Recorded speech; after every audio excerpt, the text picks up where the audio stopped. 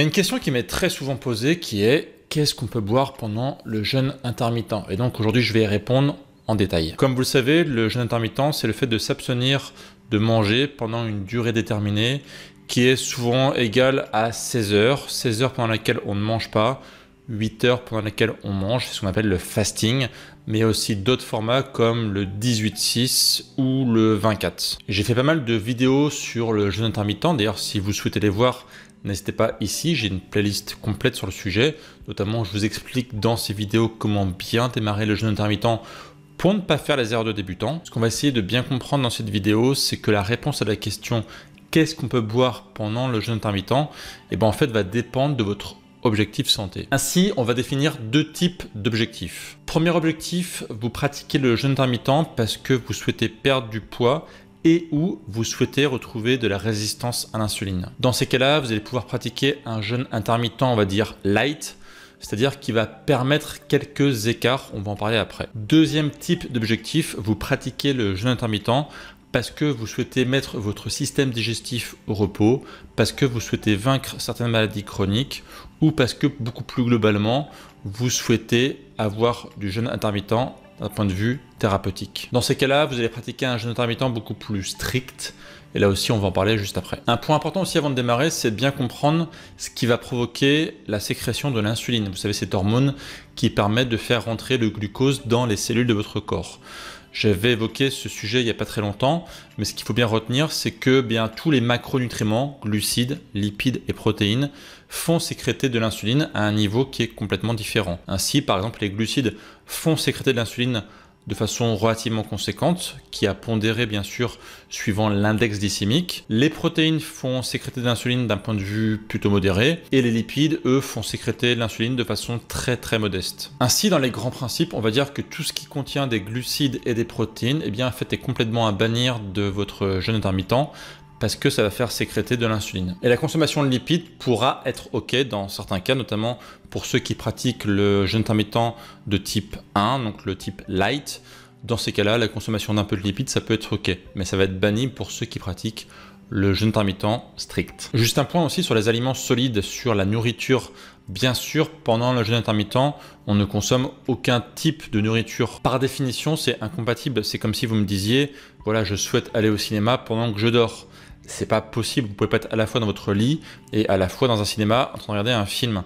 C'est pareil ici, vous pouvez pas pratiquer le jeûne intermittent et manger en parallèle, c'est complètement incompatible. Comme on va le voir, certaines boissons peuvent être tolérées suivant votre objectif santé, mais par contre ce qui va être strictement solide, la vraie nourriture, elle sera totalement bannie de votre jeûne intermittent. Et le seul moment où vous pourrez manger, c'est pendant la fenêtre où vous êtes autorisé à vous alimenter, c'est-à-dire les 8 heures par exemple pour le jeûne intermittent 16-8. Juste avant d'attaquer les boissons qui sont autorisées pendant le jeûne intermittent, on va voir quelques boissons qui, elles, sont pas autorisées. Parce qu'on me pose souvent les questions autour de telle ou telle boisson, donc là je vais essayer de faire une synthèse des best-of, on va dire, de ce qu'on me pose comme question autour des boissons. Premièrement, les boissons light, comme par exemple les sodas light, les boissons 0 calories. Alors non, les boissons 0 calories, c'est pas parce qu'elles ont 0 calories qu'elles vont forcément être OK pour le jeûne intermittent.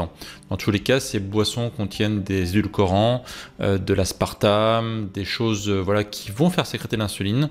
Donc dans tous les cas, ces boissons, même si elles ont 0 calories, elles vont avoir un impact sur votre digestion de façon générale et sur l'insuline en particulier. Donc non, pas de soda light, pas de boisson light pendant le jeûne intermittent. Il a été démontré que lorsque vous ressentez le goût sucré sur votre langue, en fait ça peut se faire une sécrétion d'insuline. Donc c'est pas parce que vous avez une boisson qui est a priori neutre d'un point de vue insulinique, on va dire, que ça ne va pas se faire sécréter l'insuline. Quand votre cerveau pense qu'il y a du sucre, en fait ça peut faire sécréter de l'insuline. Donc non, dans tous les cas, les sodas light, les boissons light ne sont pas OK pendant le jeûne intermittent. On m'a aussi posé des questions autour des laits végétaux, comme le lait d'amande par exemple. Non, ça contient des protéines, ça contient des lipides, et même s'il y a beaucoup d'eau dans ce type de lait, en fait là aussi c'est pas compatible avec le jeûne intermittent. Sucre et protéines égale sécrétion d'insuline, donc dans tous les cas c'est non. On m'a aussi parfois demandé s'il était OK de consommer des compléments protéinés par exemple pendant le jeûne intermittent. Donc, notamment je pense à tout ce qui est whey, par exemple la whey qui est donc un complément que prennent beaucoup de personnes qui font de la musculation. Là aussi non bien sûr, parce que la whey contient des protéines par définition. Donc comme on a vu, les protéines font sécréter de l'insuline. Donc dans tous les cas, c'est non. Idem pour les BCAA, donc qui sont des compléments à base d'acides aminés. On va avoir ici aussi une sécrétion d'insuline. En fait, il faut savoir que les acides aminés font sécréter de l'insuline. Par exemple, on a la leucine, donc, qui est un des acides aminés essentiels. Et ben en fait, il fait sécréter très massivement de l'insuline. Donc clairement, c'est pas du tout compatible avec le jeûne intermittent. Idem aussi pour le bouillon d'os. On m'a demandé si c'était ok parfois pour le fasting. Bah non, parce que le bouillon d'os aussi est relativement riche en protéines. Donc protéines égale sécrétion d'insuline. Et en plus, dans le bouillon d'os, on va avoir pas mal d'autres micronutriments. Donc là, c'est clairement pas un bon aliment pour la fenêtre de jeûne. Mais c'est un excellent aliment que vous pourrez consommer pendant la fenêtre d'alimentation, ça c'est ok. On m'a aussi parfois demandé s'il était ok de consommer du kéfir ou de la kombucha pendant le jeûne intermittent. Donc pour ceux qui ne connaissent pas, eh bien en fait c'est une préparation qui permet notamment d'améliorer le microbiote. C'est souvent très riche en bonnes bactéries et donc c'est conseillé pour les personnes qui veulent prendre soin de leur microbiote. Le truc c'est que souvent on va avoir une forte proportion de glucides dans ces aliments parce qu'on va avoir par exemple des fruits qui vont être mis dans le kéfir. On va avoir du sucre qui va être ajouté donc, pour donner à manger aux bactéries.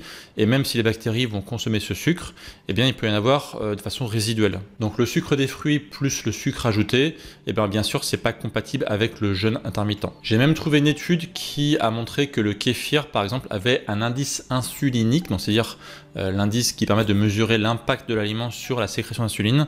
Eh bien, en fait, le kéfir a un impact qui est proche de celui du pain blanc. Alors, ça ne veut pas dire que c'est forcément un mauvais aliment parce qu'il a pas mal d'avantages pour la santé. Mais clairement, dans le cadre du jeûne intermittent et pendant la période de jeûne, c'est pas du tout ok de le consommer. Bien sûr, vous pouvez le consommer pendant la fenêtre d'alimentation. Dans ces cas-là, c'est complètement ok. Pour ceux que ça intéresse, je mettrai l'étude scientifique dans la description de la vidéo. Donc maintenant, on va voir du coup bien les boissons qui sont autorisées, qui sont acceptées pendant la fenêtre de jeûne dans le cadre du jeûne intermittent. Premier aliment, bien sûr, c'est évident, l'eau à consommer à volonté. L'eau est totalement neutre d'un point de vue calorique et d'un point de vue insulinique. Donc vous pouvez consommer bien sûr autant d'eau que vous voulez. Ça permet de remplir votre estomac, ça permet bien sûr de s'hydrater. Donc consommez de l'eau sans aucune restriction pendant votre fenêtre de jeûne. N'hésitez pas à boire une eau qui est riche en électrolytes, donc c'est-à-dire sodium et potassium. Ça peut aider en fait à rester là aussi en bonne santé. Et pour les personnes qui pratiquent notamment l'alimentation low carb, eh bien c'est une bonne chose de se complémenter en électrolytes. Donc ça c'est un point qu'il faut bien comprendre. Ensuite le café c'est complètement ok aussi. Le café noir notamment, c'est-à-dire sans sucre, ne provoquera aucune sécrétion d'insuline. Bien sûr si vous commencez à ajouter du sucre ou du lait, etc., eh bien c'est plus ok parce que là vous allez avoir des protéines et des glucides. Mais le café noir, le café normal, eh bien ça ne pose absolument aucun problème. Idem pour le thé, bien sûr, qu'il soit vert ou noir, ça provoquera aucune sécrétion d'insuline. Attention à certains thés industriels hautement aromatisés qui peuvent contenir des glucides. Je recommande toujours de choisir des thés relativement neutres comme du thé vert à l'amande par exemple, qui dans ces cas-là ne provoquera absolument aucun impact sur votre insuline. Donc le thé, c'est ok. Alors on m'a parfois demandé de façon très surprenante si l'eau pétillante c'était ok. L'eau pétillante, c'est de l'eau avec du CO2, du dioxyde de carbone. Et le dioxyde de carbone n'a absolument aucun impact sur votre insuline. Donc si l'eau plate vous dérange, eh bien en fait l'eau pétillante c'est ok bien sûr, là-dessus il n'y a aucun souci. Si vous avez du mal avec l'eau pure et que vous souhaitez un petit peu l'aromatiser, tout ce que vous pouvez faire d'ailleurs c'est laisser tremper pendant quelques minutes des fruits à l'intérieur. Je dis bien tremper et pas presser, c'est hyper important, la nuance est importante. Si vous laissez tremper, en fait on va avoir quelques saveurs qui vont se diffuser dans l'eau. Ce sera complètement négligeable d'un point de vue glucide. Par contre si vous pressez le fruit, si vous mettez la pulpe, etc., vous allez avoir beaucoup de glucides qui vont arriver dans l'eau. Dans ces cas-là, l'impact sur l'insuline ne sera plus du tout neutre. Donc pour aromatiser une eau, trempage de fruits, oui. Pressage de fruits, non. Il y a un grand classique qui est le citron infusé. On me demande souvent si laisser infuser un citron dans l'eau, c'est ok. Donc oui, bien sûr, c'est comme j'expliquais tout à l'heure, laisser tremper un fruit dans de l'eau juste pour laisser diffuser quelques saveurs, c'est ok. Par contre, le pressage n'est pas ok.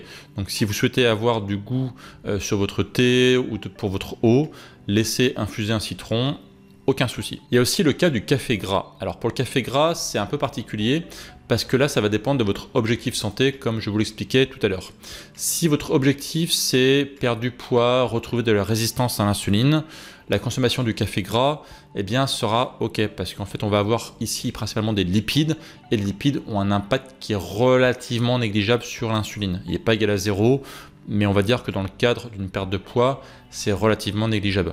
Donc si votre objectif, c'est perdre du poids, retrouver de la résistance à l'insuline, le café gras, c'est OK. Par contre, si vous souhaitez mettre votre système digestif au repos, si vous souhaitez vaincre une pathologie, donc vous avez un jeûne thérapeutique qui est en place, dans ces cas-là, non, le café gras, ça va apporter donc des macronutriments, votre système digestif va devoir travailler, et dans ces cas-là, il vaut mieux rester à un simple café. Voire de l'eau, hein, bien sûr, pour les personnes qui veulent vraiment avoir un jeûne totalement neutre, un jeûne hydrique comme on appelle, mais pour les personnes qui veulent aller un petit peu plus loin, le café sera OK, comme je l'ai expliqué tout à l'heure. Et il y a une boisson qui revient très souvent, c'est le vinaigre de cidre. Est-ce que c'est OK de consommer du vinaigre de cidre pendant le jeûne intermittent? Et la réponse est oui, ça ne va pas briser le jeûne. Et le vinaigre de cidre a beaucoup d'avantages pour la santé. Il va même vous aider dans certains cas à retrouver de la résistance à l'insuline. C'est exactement ce que j'explique dans une vidéo que j'ai fait sur le sujet, qui est juste ici. N'hésitez pas à aller voir comment le vinaigre de cidre va vous aider à perdre du poids. Et donc, pendant le jeûne intermittent, c'est OK d'en consommer. Ce sera tout à fait complémentaire. N'hésitez pas à aller voir cette vidéo. Et moi, je vous dis à très bientôt pour d'autres vidéos. Et d'ici là, bien sûr, prenez soin de vous. Ciao!